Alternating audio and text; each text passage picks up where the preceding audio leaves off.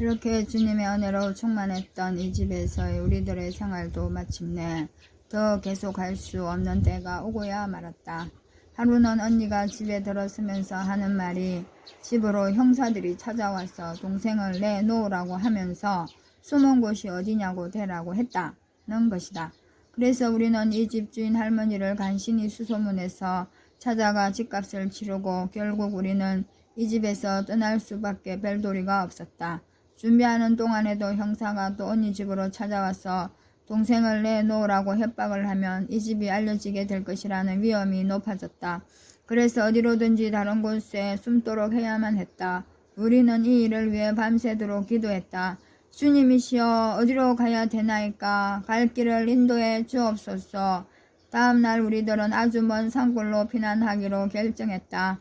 어머니는 우선 그대로 이 집에 남아 계시도록 하고 나만 혼자 깊은 산골에 있는 조그마한 고을인 구성으로 가서 구성 근방의 온천으로 가든지 언니 아들이 의사개업을 하고 있는 곳으로 가서 숨든지 여하간에 이 집만은 당장 떠나기로 했다. 우리는 진 보따리를 꾸렸는데 보기 좋은 가방 같은 것은 가져갈 생각도 못하고 너절한 보따리에 성경과 갈아입을 헌 옷들을 싸서 들고 몇 달 동안 정들고 은혜 받은 이 집을 떠나 피난길에 올랐다.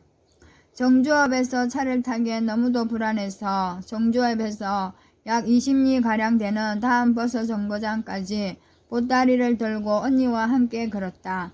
언덕을 넘고 첩첩이 쌓인 높은 산들은 마치 내 앞길에 가로놓인 산악 같은 고난을 말해주는 것 같았다. 손길이 되어서 왕래하는 사람들은 별로 없었지만 길이 좋지 못했다. 버스 시간이 바빠서 도중에 전도도 못하고 빨리 걷기만 했다. 앞으로 나의 피난길이 어찌 될 것인가, 홀로 뒤에 떨어져 남은 어머니는 어떻게 지내실까 하고 생각하니 가슴이 아프고 눈물이 났다. 6달 남짓 살아온 정든 그 초가집은 그렇게도 그립기만 했다. 찾아오던 그 여러 성도들도 그 집에서 발이 끊어지겠지 하니 서운하기도 하고 그 성도들의 일이 걱정되기도 했다.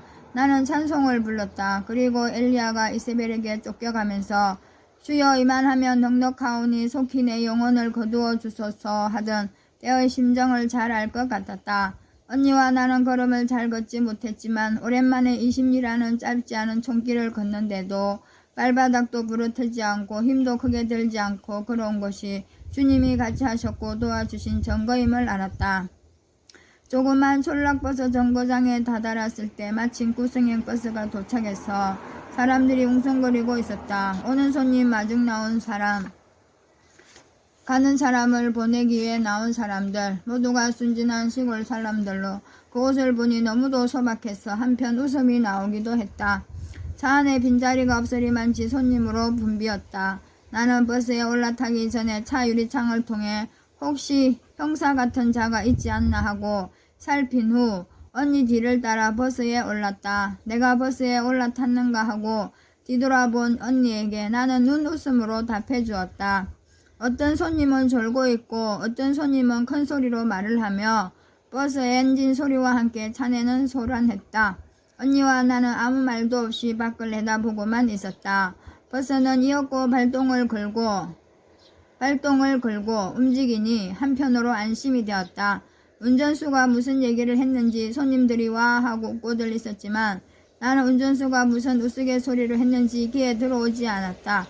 버스가 다음 정거장에 도착했을 때 나는 또 경계하는 마음으로 차에 오르내리는 사람들을 유심히 살펴보았다.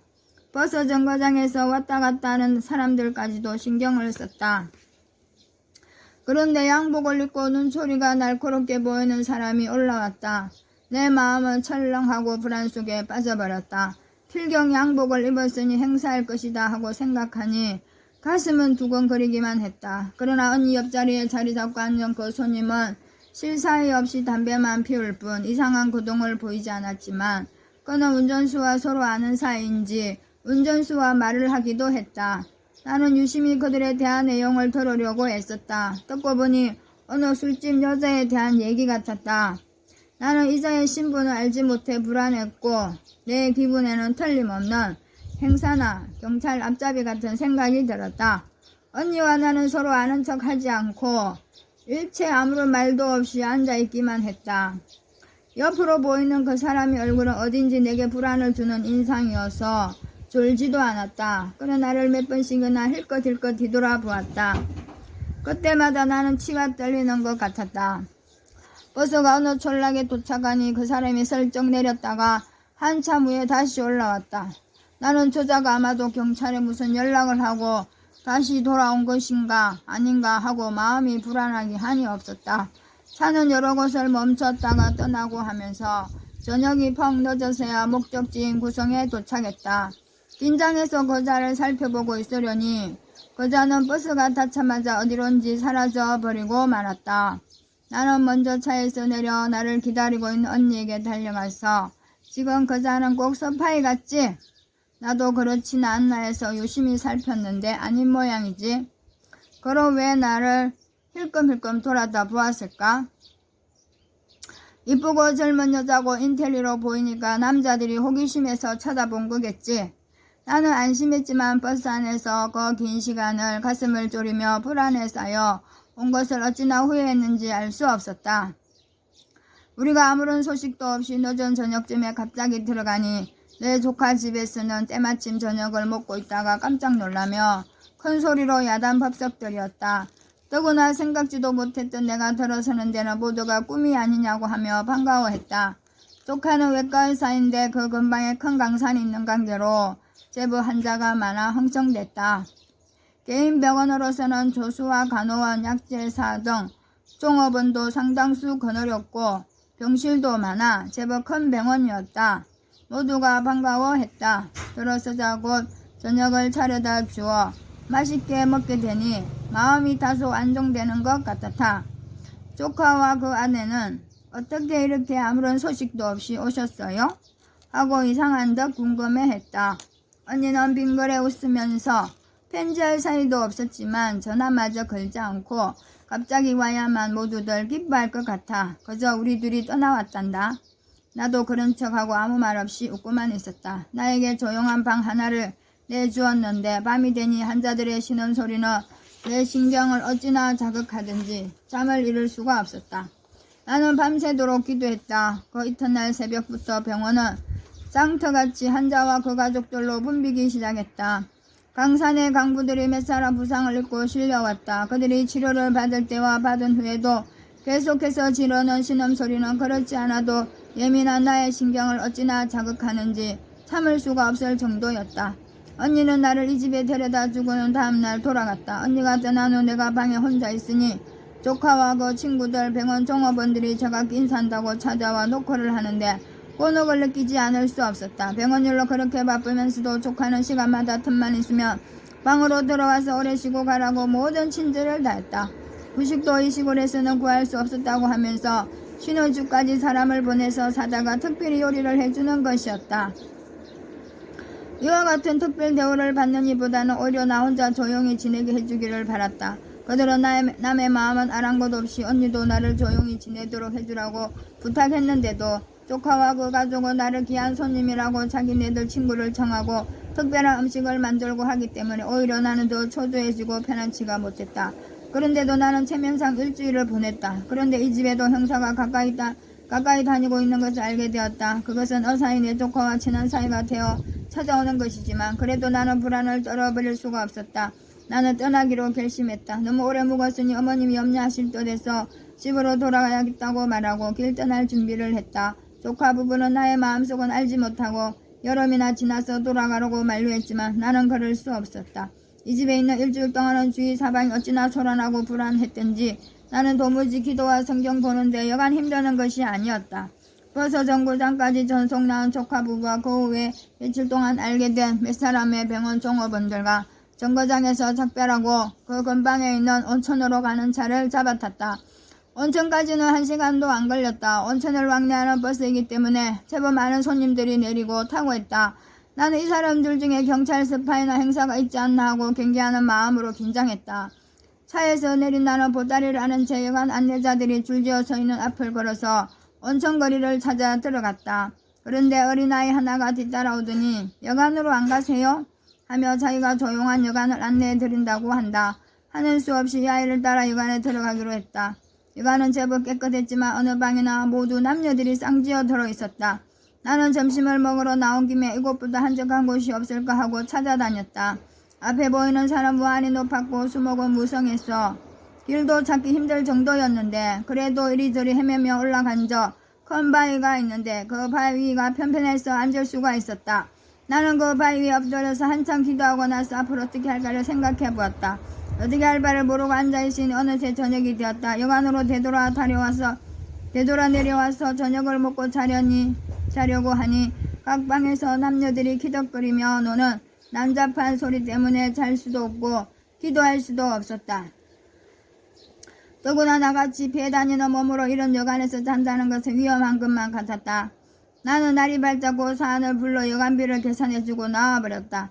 나는 한시도 빨리 이 온천장을 벗어나고 싶었다. 그래서 여관에서 나오는 길로 첫 버스를 타고 다시 구성으로 되돌아와서 곧 구성에서 다른 버스를 갈아타고 한 정거장을 더 가서 한적한 촌락 정거장에서 내려버렸다.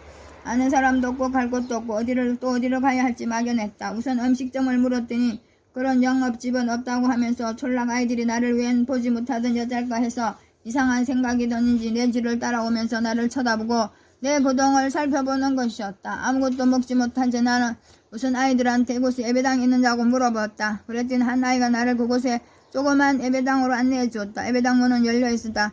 예배당으로 들어서자 나는 깜짝 놀랐다. 이런 백촌에 보잘것없는 초라하고 조그만 예배당에까지도 강대 위에 일본인 귀신의 우상인 가미다나가 걸려 있었다. 나는 이것을 보자 기분이 이상해서 이 예배당에 잠시나마 머무를 수가 없었다. 예배당을 나오자 곧장 산을 찾아 올라갔다. 초목들은 나를 반겨주었다. 나는 산으로 올라가서 쉴 곳을 찾으니 큰 나무 밑에 바위가 있어서 나는 거기 앉아 곧 내 보따리에서 성경을 꺼내 사도 바울의 서신 중 고린도 후서를 읽어나갔다. 우리가 이 보배를 질거리에서 가졌으니 이 능력이 심히 큰 것이 하나님께 있고 우리에게 있지 아니하며 알게 하려 함이라. 우리가 사방으로 옥교쌈을 당하여도 쌓이지 아니하며 답답한 일을 당하여도 낙심하지 아니하며 핍박을 받아도 버림받지 아니하며 거꾸로 들임을 당하여도 망하지 아니하고 우리가 항상 예수 죽인 것을 몸에 짊어지면 예수의 생명도 우리 몸에 나타나게 하려 함이라. 우리 산자가 항상 예수를 위하여 죽음에 넘기움은 예수의 생명이 또한 우리 죽을 육체에 나타나게 하려 함이니라. 성경 말씀을 본 후 또 마음속으로부터 흘러나오는 찬송을 힘껏 불렀다. 나는 계속해서 찬송을 불렀다. 찬송은 언제나 내 가슴 속에서 끊이지 않고 계속 불러지는 거로 어떤 때는 나 자신이 내 가슴 속에서 불리는 찬송을 가만히 듣고 있다가 따라 부르기도 했다. 나는 푸른 하늘에 떠도는 구름을 쳐다보았다. 저 구름이 옛날에는 하나님이 이스라엘을 인도하실 때의 구름 기둥이었으며 저 구름을 따라 이스라엘 진에 머무르기도 했고 또 길을 떠나기도 했다고 하니 저 구름은 옛날 일을 다 알 것이 아닌가. 구름과 얘기를 하고 싶기도 했다. 그러나 한참을 쳐다보고 있으면 그 구름들은 나의 마음은 아랑곳 없이 제멋대로 뭉치고 흩어지는 것이 무엇을 알랴 싶기도 했다. 나는 문득 앞으로 차라리 남장을 하고 다니면 어떨까 하는 생각도 해보았다. 이런저런 생각에 잠겨서 지나는 동안 낮 시간도 다가고 어느새 저녁때가 되었다. 나는 오늘 밤 숙소를 찾아야 되지 않겠나 하고 생각하면서 산을 내려왔다. 아침 점심 다 굶었는데도 배는 안 고팠으나 해는 졌는데 어디로 가야 할지 갈 곳이 없었다. 그럴 때마다 나는 천지를 지으신 주님이 여우도 굴이 있고 공중에 나는 새도 깃들 곳이 있지만 인자는 머리 둘 곳이 없다고 하신 말씀을 기억하고 가슴이 아팠다. 산 밑에서 불빛이 올라와 그 불빛을 찾아가 보았더니 목이 불을 떨어내서 피우고 있는 가난한 농가였다. 나는 염시도 옷이 들어갔다. 방 안은 불이 없어서 컴컴한데 한 젊은 여자가 아이들과 함께 누워 있었다. 남자 주인은 남하로 산에 가서 아직 안 내려왔는지 보이지 않았다. 난 하룻밤 자고 가게 해줄 수 없겠냐고 사정했다. 주인 여자는 윗방에는 늙은 할아버지가 계시고 다른 빈 방은 없으니 자려면 그 방에서 자는 수밖에 없다고 한다. 나는 두말 없이 고맙다고 하고 이상한 냄새가 풍기는 방으로 들어가자 어찌나 피곤했든지 윗목에 눕자마자 깊이 잠들어 버렸다. 새벽까지 자고 일어나는 나를 의아한 눈으로 바라보는 그 가족들의 시선을 무시한 채 난 아침밥을 얻어먹었다. 밥은 강냉이에 조가 섞였고 반찬이라고는 채소를 소금에 절이기만 한 김치뿐이었는데 어찌나 맛있게 먹었는지 마치 꿀을 먹는 것 같았다. 내가 집주인에게 약간의 돈을 주니 주인은 어리둥절해서 사양하는 것을 아이들 과자라도 사주라고 하면서 돈을 두고 나오니 그들은 더욱 의아해하는 눈치였다. 그 집을 나서기는 했지만 나는 어디로 방향을 정하고 가야 할지 막막하였다. 높이 솟은 산을 바라보았다. 내 앞길에 대해 위협을 느꼈지만 하늘을 쳐다보는 그 순간 내 속에는 찬송이 우렁차게 흘러나왔다. 찬송은 나에게 충성과 결심을 가르치고 언제나 힘을 주었다. 나는 농가가 좀 많은 부락을 찾아가서 떡 파는 집으로 들어갔다.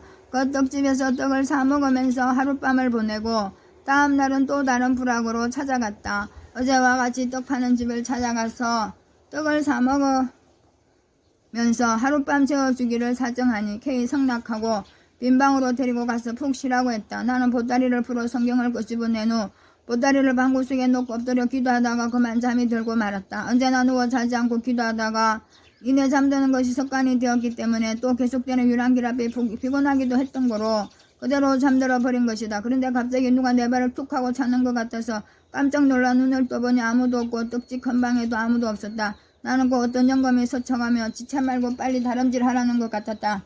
나는 순간 큰 충동을 받다. 벌떡 일어나서 성경을 보따리에 싸기가 바쁘게 그 떡집을 나와 울렁거리는 가슴을 움게 하는 채 그 부락을 빠져나와 버렸다. 다른 부락으로 찾아 들어갔다.